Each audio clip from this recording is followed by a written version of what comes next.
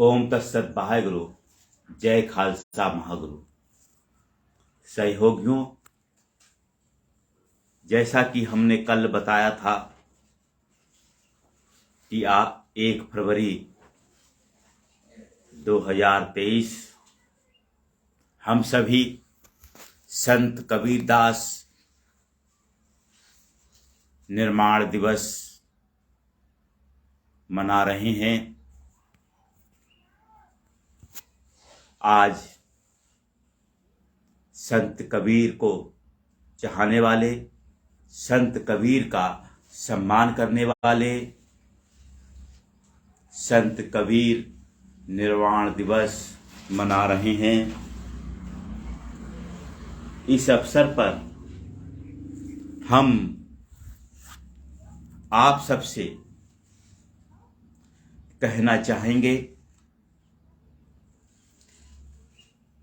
कि हमने अपने जीवन में महसूस किया है, परंपरागत समाज, परंपरागत सामाजिकता ने मानवता के समर्थन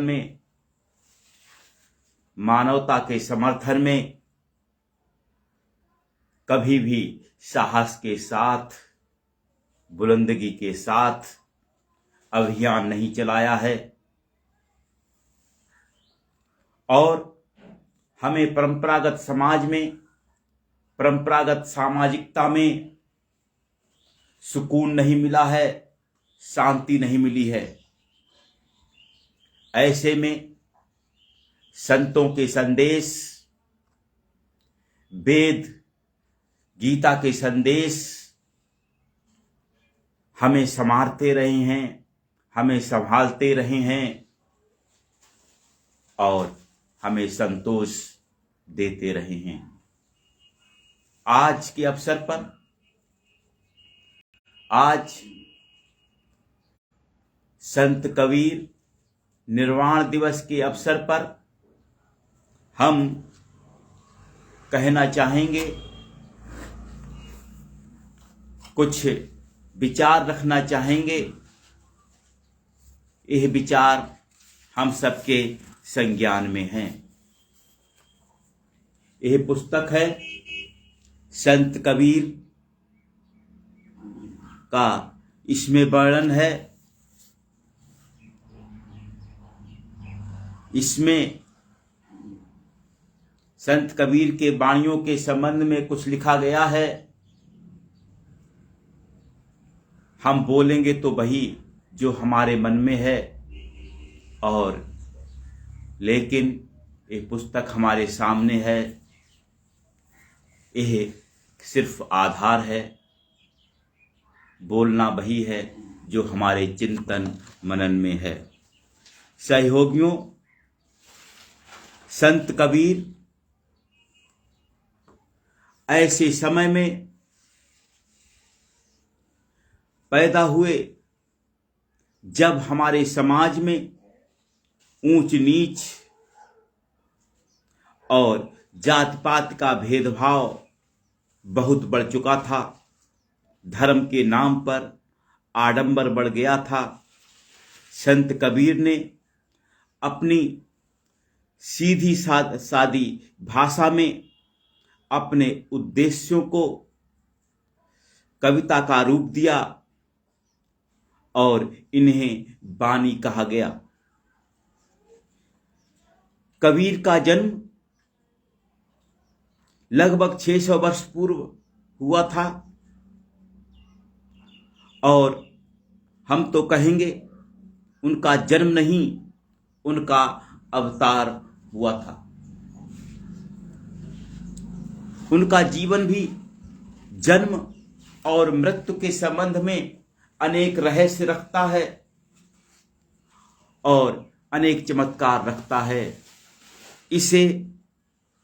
जिसे दुनिया नहीं समझ सकती। कबीरदास को साधु संतों के साथ उठना बैठना और उनकी बातों को सुनना बहुत अच्छा लगता था और हम ने जब होश संभाला, जब मैं कक्षा 5 का विद्यार्थी था, तो संत कबीर के दोहे हमको प्रभावित करने लगे थे। जब कक्षा 5 का विद्यार्थी था तभी से हम अध्यात्म की पुस्तकों का अध्ययन करने लगे थे और संतों के बीच में बैठने लगे थे।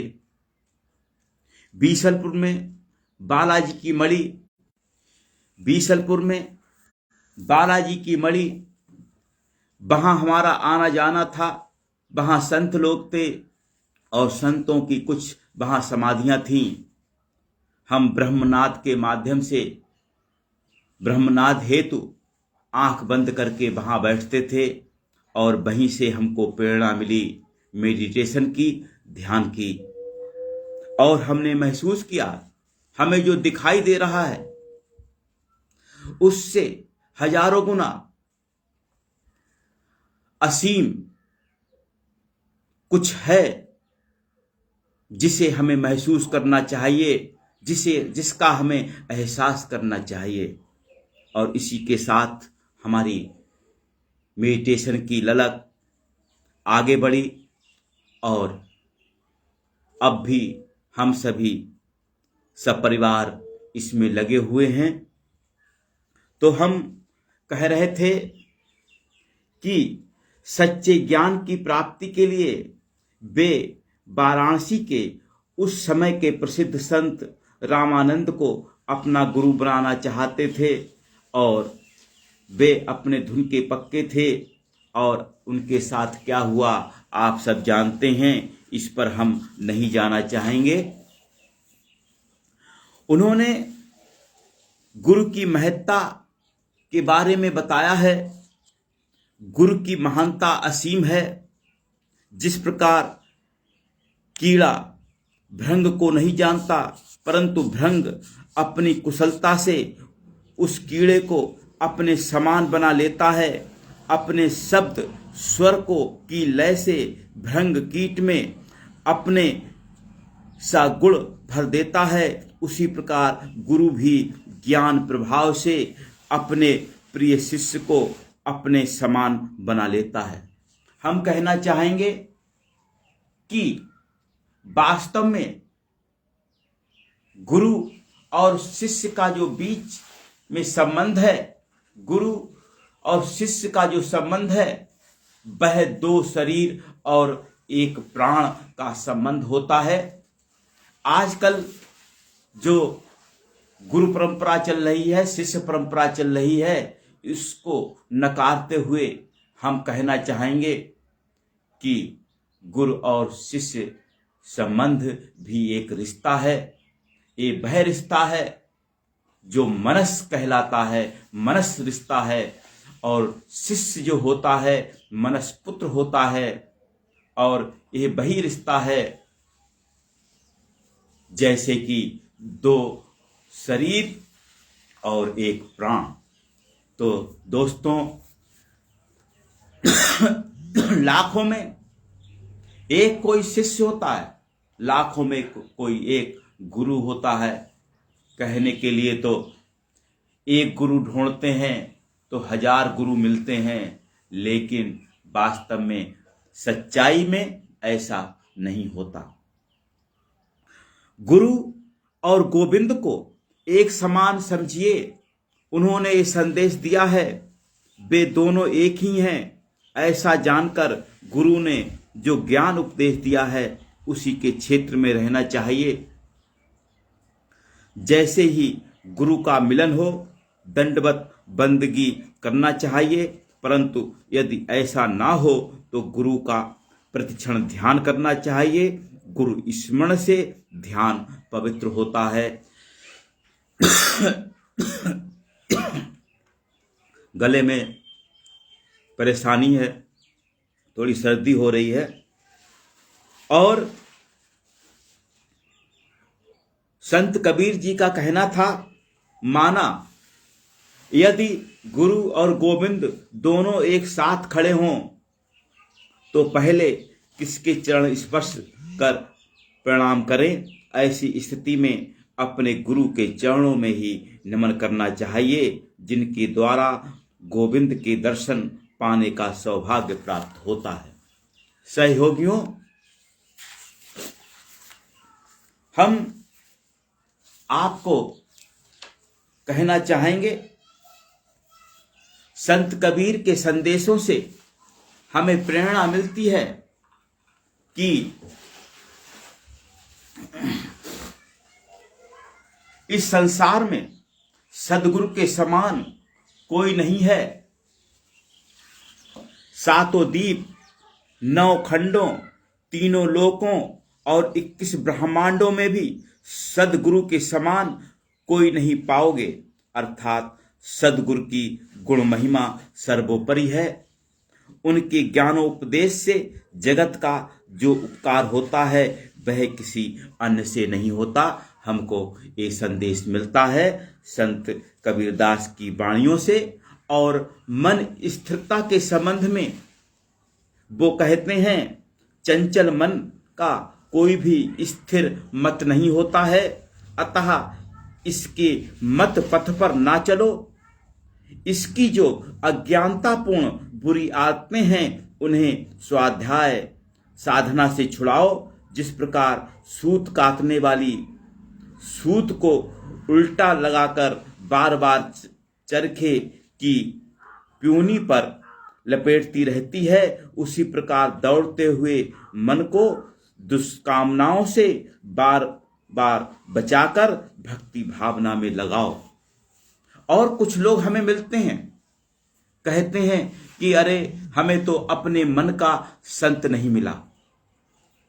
हम उनसे कहना चाहेंगे कि आप क्या अपने मन के हिसाब से चलना चाहते हो? ये अच्छी बात है कि आपको अपने मन का संत नहीं मिला, लेकिन आपको अच्छी पुस्तकें पढ़ना चाहिए, वेद का अध्ययन करना चाहिए, गीता का अध्ययन करना चाहिए, अपने किसी को गुरु मानकर उसके संदेशों पर चलना शुरू कर देना चाहिए। हमारे मन का कोई गुरु ना मिले ये अच्छी बात है, और हमारे जीवन में बाधा तो हमारा मन ही तो होता है। लेकिन मन को हमें कहाँ लगाना है? हमें अपने मन को आत्मामुखी बनाना है, अनंत यात्रा से जोड़ना है। हमें अपने गुरु की कृपा में रहना है, गुरु की शरण में रहना है, और तभी हम आगे बढ़ सकते हैं। और इसके साथ ही हम कहना चाहेंगे, संत कबीरदास जी क्या कहते हैं? संत कबीर साहब कहते हैं कि माया विचित्र मोहिनी है, इसने अच्छे बुरे ज्ञानी अनपढ़ सभी को किसी ना किसी प्रकार अपने मोह में डाल रखा है। लोभ रूपी बाणों को यह ऐसे खींच तान कर मारती है कि भागने पर भी इससे कोई बच नहीं सकता। कबीर साहब कहते हैं कि यह माया मोहिनी है, सारे जगत को मोह कर लोभ रूप कोहलू में पीसती है, अर्थात इससे बचना बहुत कठिन है। इससे तो कोई बिरला ही साधु संत बच पाता है, जिसने अपनी कुल मर्यादा तथा अभिमान को तोड़ दिया है। अब ये सोचने वाली बात है, भक्ति के रास्ते पर अगर यदि हमें चलना है तो हमें कुल मर्यादा और लोक मर्यादा को भी त्याग देना है। और संत तुलसीदास भी कहते हैं कि अपयश क्या हानि, और भक्त मीराबाई भी कहती हैं कि हे श्री कृष्ण, तेरी भक्ति में मैं लोक मर्यादा और कुल मर्यादा को भी भूल गई हूं। अब आपको समझना है हमारी आस्तिकता क्या है, हमारी भक्ति क्या है, इस पर हमें विचार करने की जरूरत है। हम एक को ही चाह सकते हैं, या तो हम ईश्वर को चाह सकते हैं, या फिर हम संसार को चाह सकते हैं। हमें एक नेपाली अभ्यासी मिले थे, उन्होंने एक बहुत अच्छी बात कही कि हम नेपाली लोग नेपाल में अब भी, और नेपाल ही नहीं, हिमालय के कुछ भाग ऐसे हैं जैसे तिब्बत है, मानसरोवर है, नेपाल है और कुछ एरिया हैं, वहां हम लोग जब धर्मस्थल पर जाते हैं, सत्संग में जाते हैं, तो हम दुनिया को भूल जाते हैं। हम जब, वो नेपाली अभ्यासी कह रहे थे कि हम जब मंदिर में जाते हैं तो हम दुनिया को भूल जाते हैं, और मंदिर में जाकर हम कुछ भी मांगते भी नहीं है। हम तो केवल ईश्वर का प्रेम मांगते हैं, ईश्वर की कृपा मांगते हैं, और हमें इस पर विचार करने की जरूरत है। आजकल के भक्तों पर, आजकल के आस्तिकों पर, आजकल के सनातनियों पर भी हम सवाल करते हैं, तुम्हें क्या चाहिए? यदि संसार चाहना है, संसार की नजर में जीना है, या फिर भक्ति की नजर में जीना है, इस पर हमें तय करना ही चाहिए। और बातें तो बहुत कुछ हैं, आज हम यही कहना चाहेंगे कि दुनिया में यदि हमें शांति से, सुकून से, मानवता के रास्ते पर चलना है तो हमें सिर्फ अपने कर्तव्य निभाते चलना है। लोग क्या कहते हैं इस पर ध्यान नहीं देना है, और हमें इस पर भी विचार करना है कि शिक्षित होने का मतलब क्या है। शिक्षित होने का मतलब क्या यह है कि समाज के आधार पर चलना, या फिर महापुरुषों के आधार पर चलना, ज्ञान के आधार पर चलना। हमें इस पर विचार करना है। ठीक, ओके, धन्यवाद। जय हिंद। ओम तत्सत। वाहेगुरु। जय खालसा महागुरु। नमस्ते। सत साहिब।